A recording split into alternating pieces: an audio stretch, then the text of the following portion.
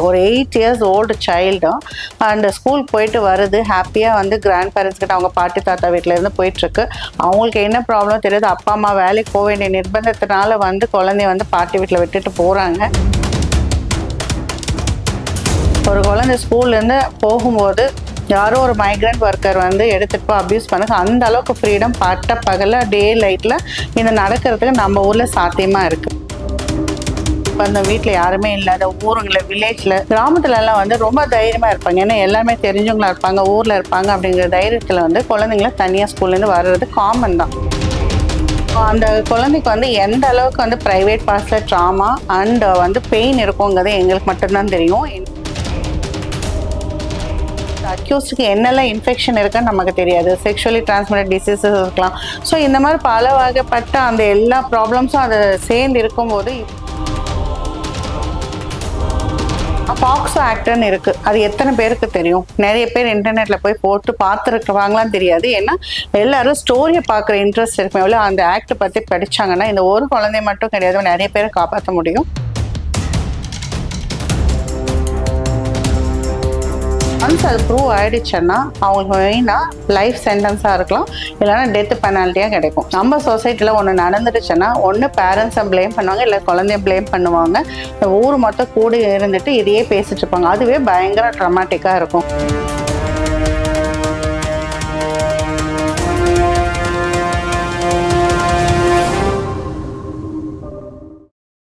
இன்னைக்கு பரபரப்பாக போயிட்டுருக்க ஒரு நியூஸை பற்றி சொல்கிறேன்.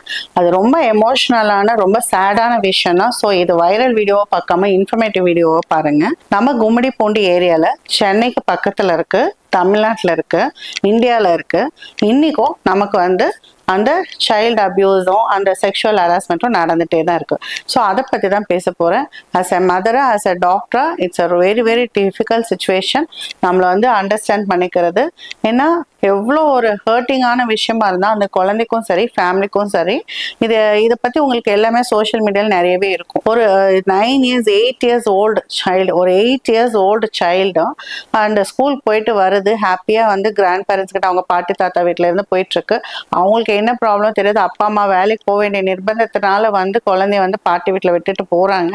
அந்த மாதிரி சுச்சுவேஷன் நிறைய வீட்டில் நமக்கு இருக்குது. அப்படி இருக்கும்போது ஒரு குழந்தை ஸ்கூல்லேருந்து போகும்போது யாரோ ஒரு மைக்ரண்ட் ஒர்க்கர் வந்து எடுத்துகிட்டு போய் அப்யூஸ் பண்ணுங்க. அந்த அளவுக்கு ஃப்ரீடம் பட்ட பகலில் டே லைட்டில் இது நடக்கிறதுக்கு நம்ம ஊரில் சாத்தியமாக இருக்குது. ஸோ இது ரொம்ப ரொம்ப யோசிச்சு அணுக வேண்டிய விஷயம் அது. ஏன்னா ஒவ்வொரு குழந்தைக்காகவும் நம்ம பாடி கார்ட்ஸை ப்ரொடியூஸ் பண்ண முடியாது. அதே மாதிரி அந்த மாதிரி வேலைக்கு அப்பா அம்மா வேலைக்கு போகிற நிர்பந்தம் வீட்டில் யாருமே இல்லாத ஊருங்களில் வில்லேஜில் கிராமத்துலலாம் வந்து ரொம்ப தைரியமாக இருப்பாங்க. ஏன்னா எல்லாமே தெரிஞ்சவங்களா இருப்பாங்க, ஊரில் இருப்பாங்க. அப்படிங்கிற தைரியத்தில் வந்து குழந்தைங்கள தனியாக ஸ்கூல்லேருந்து வர்றது காமன் தான்.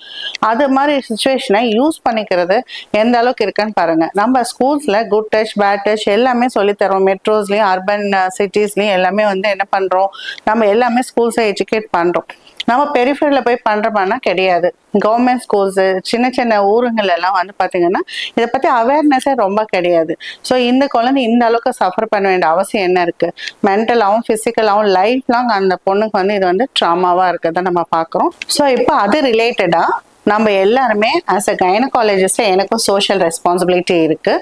ஸோ அந்த குழந்தைக்கு வந்து எந்த அளவுக்கு வந்து ப்ரைவேட் பார்ட்ஸில் ட்ராமா அண்ட் வந்து பெயின் இருக்குங்கிறது எங்களுக்கு மட்டும்தான் தெரியும். ஏன்னா அந்த ஏரியா வந்து இன்னும் டெவலப்மெண்ட்டே கம்ப்ளீட்டாக இருந்திருக்காது. ஸோ அந்த வெர்ஜின் அப்படிங்கிற அதாவது வெஜினாங்கிற போர்ஷன் வந்து அதாவது அதெல்லாம் ஒரு தடுப்பு மாதிரி இருக்கும். ஸோ அதை பிரேக் பண்ணி போகும்போது ஈவன் மேரேஜாக எல்டர்லி கப்பிள்கே வந்து அவ்வளோ ட்ராமாவாக இருக்கும். நிறைய பேர் ப்ளீடிங்கோட எங்கள் கிளினிக்கில் வரதை பார்க்குறோம் இம்மீடியட்லி ஆஃப்டர் மேரேஜ். அப்படி இருக்கும்போது இந்த குழந்தைக்கு எந்த அளவுக்கு வந்து ஹர்ட்டிங்காகவும் இருக்கும், ப்ளீடிங், பெயின், இன்ஃபெக்ஷன் எல்லாமே பாசிபிலிட்டிஸ் இருக்குது. ஈவன் செப்சிஸ் கூட போகிறதுக்கு வாய்ப்புகள் நிறைய இருக்குது. ஸோ அந்த மாதிரி அதே மாதிரி அந்த அக்யூஸ்டுக்கு என்னெல்லாம் இன்ஃபெக்ஷன் இருக்குன்னு நமக்கு தெரியாது. செக்ஷுவலி டிரான்ஸ்மிட்டட் டிசீசஸ் இருக்கலாம். ஸோ இந்த மாதிரி பல வகைப்பட்ட அந்த எல்லா ப்ராப்ளம்ஸும் அதை சேர்ந்து இருக்கும்போது இப்போதைக்கு நம்மளோட இம்பார்ட்டன்ட் பாயிண்ட்டு அந்த குழந்தையோட லைஃப் தான் இம்பார்ட்டன்ட். அதுக்கு வந்து ஹெல்த்தியாக இருக்கா, அது வந்து ஷாக்ல இருக்கும், அதுக்கு வந்து எந்த அளவுக்கு டீஹைட்ரேட்டடாக இருக்குன்னு தெரியாது. ஸோ எந்த அளவுக்கு பெயின் அண்ட் ட்ராமா இருக்குன்றது தெரியாது. ஸோ அது எல்லாமே ஆஸ் அ டாக்டர்ஸாக கண்டிப்பாக அதெல்லாம் பார்த்துட்டு இருப்பாங்க. அது ஒன்ஸ் அவங்க ஸ்டெபிளைஸ் ஆனதுக்கு அப்புறம் தான் மற்ற சைக்கலாஜிக்கல் கவுன்சிலிங் எல்லாம் கொடுக்க முடியும். ஸோ இப்போ நான் சொல்ல வர்றது என்னன்னா, பாக்ஸோ ஆக்ட்னு இருக்கு. அது எத்தனை பேருக்கு தெரியும்? நிறைய பேர் இன்டர்நெட்ல போய் போட்டு பார்த்துருக்குவாங்களான்னு தெரியாது. ஏன்னா எல்லாரும் ஸ்டோரியை பார்க்குற இன்ட்ரெஸ்ட் இருக்குமே எவ்வளோ அந்த ஆக்ட் பற்றி படிச்சாங்கன்னா இந்த ஒரு குழந்தை மட்டும் கிடையாது, நிறைய பேரை காப்பாற்ற முடியும். Protection for child from the sexual harassment act அப்படிங்கிறது. அதுக்கு வந்து பார்த்தீங்கன்னா 2012 2012 இதில் தான் அந்த ஆக்ட் வந்து ஃபர்ஸ்ட் இது பண்ணாங்க. இதில் மெயினாக என்னென்ன கேசஸ் எல்லாம் இருக்கும், அதாவது சைல்டு வந்து செக்ஷுவலி ஹராஸ் பண்ணியிருந்தாலோ அப்யூஸ் பண்ணியிருந்தாலோ அவங்களுக்கு வந்து ஈவன் போர்னோகிராஃபின்னு சொல்லுவோம்ல, படம் பிடிக்கிறது, அப்டாமல் இதில் வந்து படம் பிடிக்கிறது அவங்களோட இதில் வந்துட்டு. ஸோ அந்த மாதிரியான விஷயங்கள் நிறைய நம்ம இப்பெல்லாம் பார்க்குறோம். அதே மாதிரி பார்த்தீங்கன்னா different types of sexual abuse எல்லாமே இருக்கு. ஸோ இது எல்லாமே சேர்ந்து அந்த பாக்ஸோ ஆக்ட்ல வந்து அவங்க கவர் பண்றாங்க. இந்த ஆக்டோட மெயின் இது என்னன்னா, children are the weaker segment. அதே மாதிரி அவங்க ஸ்ட்ராங்கா இருக்க மாட்டாங்க இல்லையா, பிளஸ் எமோஷனலி அஃபெக்டா இருப்பாங்க. பேரண்ட்ஸும் ஃபேமிலி ரொம்ப சீரியஸா அது இன்வால்வ் ஆகணும் அப்படிங்கிறதுக்காக தான் இந்த ஆக்ட். இது வந்து ரொம்ப ஸ்ட்ராங்கா இருக்கும். ரெண்டாவது ரொம்ப ஃபாஸ்டா ஆக்ட் பண்ணணுங்க தான் இந்த பேசிக் ஆஃப் திஸ் லா. அதே மாதிரி இதுல வந்து பெனால்ட்டின்னு சொல்றோம் இல்லையா, அது ரொம்ப சிவியரா இருக்கும். ஏன்னா சைல்ட் ரேப்ங்கிறது ரொம்ப சீரியஸான விஷயமா இந்தியாவில் நம்ம எடுத்து பண்றோம். இல்லை ஒன்ஸ் அது ப்ரூவ் ஆயிடுச்சுன்னா அவங்களுக்கு மெயினா லைஃப் சென்டென்ஸா இருக்கலாம், இல்லைன்னா டெத் பெனால்ட்டியா கிடைக்கும். ஸோ இது ரெண்டுமே அவங்களுக்கு இருக்கும். ஸோ இப்போ பேரண்ட்ஸ் ஆகட்டும் ஃபேமிலியில் யாராவது இருக்காங்களானாலும் இப்போ எப்படி அதை வந்து ஆக்டை வந்து அப்ரோச் பண்ணுறதுன்னு பார்த்தீங்கன்னா அதில் இருக்க 4 மேண்டேட்ரி பாயிண்ட்ஸை நீங்கள் தெரிஞ்சுக்கணும். அதில் மெயினாக பார்த்தீங்கன்னா ஃபர்ஸ்ட் வந்து ரிப்போர்ட்டிங் சிஸ்டம்னு சொல்றது. ஃபர்ஸ்ட் சைல்டை வந்து அந்த என்ன நடந்தது அப்படிங்கிறத வந்து ரிப்போர்ட் பண்ணணும். அதில் பார்த்தீங்கன்னா ஒன்று பேரண்டாக இருக்கலாம், டீச்சரா இருக்கலாம், இல்லை டாக்டரா இருக்கலாம். ஸோ யாரோ ஒருத்தர் வந்து இதை போய் ரிப்போர்ட் பண்ணணும். அந்த ரிப்போர்ட் வந்து எஃப்ஐஆர் வந்து நியர்பை போலீஸ் ஸ்டேஷன்ல ஃபைல் பண்ணணும். ஃபைல் பண்ணும்போது அவங்க ரெஃப்யூஸ் பண்ணவே முடியாது. ஏன்னா ஒன்று ரிப்போர்ட் பண்ணாமல் இருக்கிறதும் அஃபென்ஸ் தான், அதே மாதிரி ரிப்போர்ட் எடுக்கலைனாலும் அது அஃபென்ஸ் தான். ஸோ கண்டிப்பாக ரிப்போர்ட் பண்ணியிருக்கணும். ஒருவேளை உங்களுக்கு அந்த ஃபெசிலிட்டி இல்லைன்னா நீங்கள் வந்து டாக்டர் கிட்ட இம்மீடியட்டாக போயிடணும். அவங்க எக்ஸாமின் பண்ணிட்டு நியர்பை அதாவது போலீஸ் ஸ்டேஷனுக்கு அவங்க இன்ஃபார்ம் பண்ணுவாங்க. ஸோ இது மெயின் பாயிண்ட். ரெண்டாவது சைல்டோட ஐடென்டிட்டியை ப்ரொடெக்ட் பண்ணணும். Privacy has to be protected. அது வெரி வெரி இம்பார்ட்டன்ட். அடுத்து அவங்களோட கிளினிக்கலாக எக்ஸாமினேஷன் ஒரு டாக்டர் வந்து வித்தின் 24 ஹவர்ஸில் நம்ம பண்ணியிருக்கணும். 24 ஹவர்ஸில் பார்த்துட்டு அதுக்குரிய சயின்ஸு அந்த இது வந்து ஹராஸ்மெண்ட் பண்ணதுக்கான எவிடன்சஸ் எல்லாமே கலெக்ட் பண்ணிக்கணும். ஸோ அதுக்கான ப்ரோட்டோகால்ஸ் இருக்குது. மெயினாக எங்கே பண்ணணும்னு பார்த்தீங்கன்னா கவர்மெண்ட் ஹாஸ்பிட்டல் போகிறது பெட்டர். ஏன்னா அங்கே 24/7 டாக்டர்ஸ் இருப்பாங்க. ப்ளஸ் அதுக்குன்னே ட்ரெயின்டு ப்ரோட்டோகால்ஸ் இருக்கும். எல்லா கவர்மெண்ட் ஹாஸ்பிட்டலும் ஈவன் போலீஸ் ஸ்டேஷனும் நிறைய இடத்துல இருக்கும். அதனால அவங்களுக்கு இது ரொட்டீன் ப்ராசஸ் இருக்கிறதுனால இமீடியட்டாக நமக்கு வந்து ஆக்ஷன் கிடைக்கும். ஒன்ஸ் ரிப்போர்ட் ஆனோடனே அங்கே இருக்கிற டாக்டர்ஸ் போலீஸ் சொல்லுவாங்க. போலீஸ் வந்து அதுக்குரிய பர்டிகுலர் மெயின் ஹாஸ்பிட்டலில் கூட ட்ரான்ஸ்ஃபர் பண்ணுவாங்க அந்த பேஷண்டோட கண்டிஷனை பொறுத்து. ஸோ இது வந்து இனிஷியல் ஸ்டெப். நெக்ஸ்ட் பார்த்தீங்கன்னா அவங்களுக்கு வந்து மேண்டேட்ரி நம்ம இதெல்லாம் இருந்தால் ப்ரொடெக்ஷன் எப்படியெல்லாம் கொடுக்கணும். ஒன்று வந்து சைல்டு வெல்ஃபேர் கமிட்டின்னு இருக்கு. அவங்க என்ன பண்ணுவாங்க, சைல்டுக்கு சைக்கலாஜிக்கல் கவுன்சிலிங் கொடுக்கறதோ அவங்களுக்கு சப்போர்ட் கொடுக்கறதோ, ஒருவேளை அவங்க வீட்டில் என்விரான்மெண்ட்ல அந்த இது வந்து ஸோ என்விரான்மெண்ட் கரெக்டாக இல்லைன்னா அவங்களுக்கு வந்து ப்ரொடெக்ஷனோ ஷெல்டரோ கொடுக்கணும். அது என்னன்னா நம்ம சொசைட்டியில் ஒன்று நடந்துருச்சுன்னா ஒன்று பேரண்ட்ஸை பிளேம் பண்ணுவாங்க, இல்லை குழந்தைய பிளேம் பண்ணுவாங்க. ஊர் மொத்தம் கூட இருந்துட்டு இதையே பேசிட்டு இருப்பாங்க. அதுவே பயங்கர ட்ராமாட்டிக்காக இருக்கும் குழந்தைக்கு. ஸோ அதனால சைல்டு வந்து அந்த என்விரான்மெண்ட்லேருந்து தனியாக கொஞ்ச நாள் வெளியில் வைக்கிறது ரொம்ப இம்பார்ட்டன்ட்னு சொல்லுவோம். ஸோ அதனால அது ஒன்று. அகைன் இந்த ஆக்டில் என்னன்னா நம்ம போய் ப்ரூவ் பண்ணணும்னு கிடையாது. இது அக்யூஸ்ட் நம்ம இது பண்றோம் இல்லையா, அவங்க தான் அவங்களோட இன்னசென்ஸை இது வந்து ரிப்போர்ட் பண்ணணும். அவங்க தான் நான் பண்ணலைங்கிற ப்ரூவ் பண்றதுக்கு அவங்க தான் பிரயத்தனம் பண்ணணும். இல்லைன்னா அன்லெஸ் ப்ரூவன் அவங்க தான் வந்து அக்யூஸ்ட்ங்கிறது கன்ஃபார்ம்டா சைல்டு ஐடென்டிஃபை பண்ணிட்டு அவங்களுக்கு பனிஷ்மெண்ட் கண்டிப்பா இருக்கும். ஸோ இதுவும் முக்கியமான விஷயம், நீங்க இதை தெரிஞ்சுக்கணும். இந்த ஆக்ட் எல்லாருமே 18 இயர்ஸ் கீழே இருக்க எல்லாருக்குமே இந்த ஆக்ட் இருக்கும். ஸோ எந்த விஷயமா இருந்தாலும் ஏதாவது வந்து சஸ்பீஷியஸா நடந்தா ஹெசிடேட் பண்ணாம நம்ம எங்க இருந்தாலுமே எந்த லெவல்ல இருந்தாலுமே இந்த ஆக்டை ரிப்போர்ட் பண்ண யூஸ் பண்ணிக்கணும். இதை ரிப்போர்ட் பண்ணணும்னு ஏன் சொல்றேன்னா உங்க குழந்தை மட்டும் கிடையாது, நமக்கு தெரிஞ்ச குழந்தை மட்டும் கிடையாது, ஊர்ல இதே மாதிரி நிறைய நடந்துட்டே இருக்கு. எல்லாருக்கும் ஒரு கான்ஃபிடன்ஸ் வந்து வெளியில வந்து ஜஸ்டிஸ் கிடைக்கணும். அப்படின்னா இந்த மாதிரி பேட் பீப்புளை வந்து கண்டிப்பா பெனால்ட்டி கொடுத்தே ஆகணும், பனிஷ் பண்ணியே ஆகணும், ஃபாஸ்டா கொடுக்கணும். அதே மாதிரி இந்த ட்ரையல் வந்து ஃபாஸ்ட் ட்ராக் பண்ணணுங்கிறது தான். ஃபாஸ்ட் ட்ராக்ங்கிறதே 1 இயர் ஆகும். ஆனா அதுவே ரொம்ப லாங் டிஸ்டன்ஸ் லாங் டைம் தான் சொல்ல முடியும். பட் அதையும் இன்னும் ஷார்டன் ஆக்கணும்னா எல்லாரும் கோஆப்ரேட் பண்ணாதான் சீக்கிரமா அந்த அக்யூஸ்டுக்கு பனிஷ்மெண்ட்டை கொடுக்க முடியும்.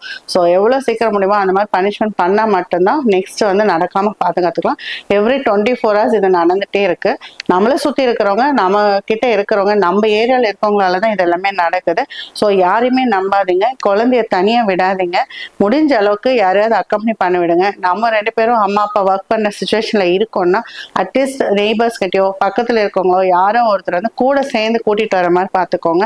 இந்த மாதிரி சின்ன சின்ன விஷயங்கள், டீச்சர்ஸ் அதே மாதிரி, பேரண்ட்ஸும் யாரும் இல்லைன்னா தயவு செய்து இந்த காலத்தில் வந்து யாராவது பக்கத்தில் இருக்க ஸ்டூடெண்டோட ஃபேமிலியோட அனுப்ப வைக்க முடியுமான்னு பாருங்க. அட்லீஸ்ட் ஒரு மெசேஜோ ஃபோனோ பண்ணி குழந்தை வீட்டுக்கு வந்துருச்சான்னு கன்ஃபார்ம் பண்ணிக்கோங்க. இந்த மாதிரி ஸ்மால் சேஞ்சஸ் இந்த கல்ச்சருக்கும் இந்த என்வாயன்மெண்ட்டுக்கும் நம்ம முன்ன மாதிரி இல்லாமல் கொஞ்சம் சேஞ்ச் பண்ணி தான் ஆகணும். அண்ட் எப்போவுமே நம்ம ட்ராக் பண்ணிகிட்டே இருக்கிறது பெட்டர். நம்ம சைல்டு ஸ்கூல் விட்டதுலேருந்து வீட்டுக்கு வர நேரத்துக்குள்ளார டைம் பார்த்துக்கோங்க. இதெல்லாம் தான் small steps to protect.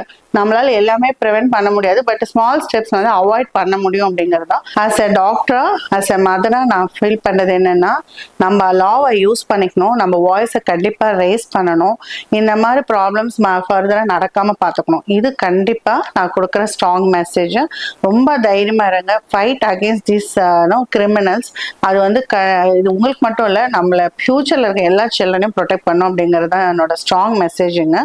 So அதுக்கு அடுத்து பார்த்தீங்கன்னா, ஒரு கைனகாலஜிஸ்டாக நான் என்ன சொல்ல விரும்புன்னா, இப்போ ஒரு அந்த மாதிரி நடந்துருச்சு, ஓகே, கம்ப்ளைண்ட் பண்ணுறோம், இனிஷியலாக ரிப்போர்ட்டிங் எல்லாம் நடக்கிறோம். அதுக்கப்புறம் என்ன பண்ணுறது? ஸோ இனிஷியலாக ஆஸ் பர் த லாவும் சரி, இதுக்கும் நம்ம எவிடன்ஸ் வேணும்னா எல்லாமே வாஷ் பண்ணி குழந்தைய வந்து குளிப்பாட்டுறது இதெல்லாம் கூடாது. நம்ம வந்து அப்படியே எப்படி இருக்கோ, எந்த ட்ரெஸ் போட்டிருக்காங்களோ அதில் உடனே கஷ்டம்தான் 24 hours குழந்தைய அந்த மாதிரி பார்க்கறது. பட் எவ்வளோ சீக்கிரம் முடியுமோ டாக்டர்ஸ் அப்ரோச் பண்ணிக்கோங்க.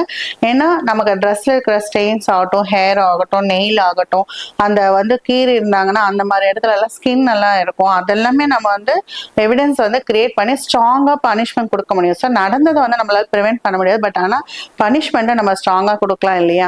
அதுக்காக தான் சொல்றது. இந்த எவிடன்ஸ் எல்லாம் நம்ம கலெக்ட் பண்ணணும்னா குழந்தைய எவ்வளோ சீக்கிரம் முடியுமோ கொண்டு போங்க. கண்டிப்பாக ஃபுட் எல்லாம் ப்ராப்பராக கொடுத்துருங்க, ஹைட்ரேட் பண்ணுங்க. அந்த ஷாக்ல இருந்ததுன்னா திரும்ப திரும்ப அந்த எவிடன்ஸ் வந்து கேட்காதுங்க. குழந்தைகிட்ட வந்து கண்டிப்பாக கேட்கணும்னு கிடையாது.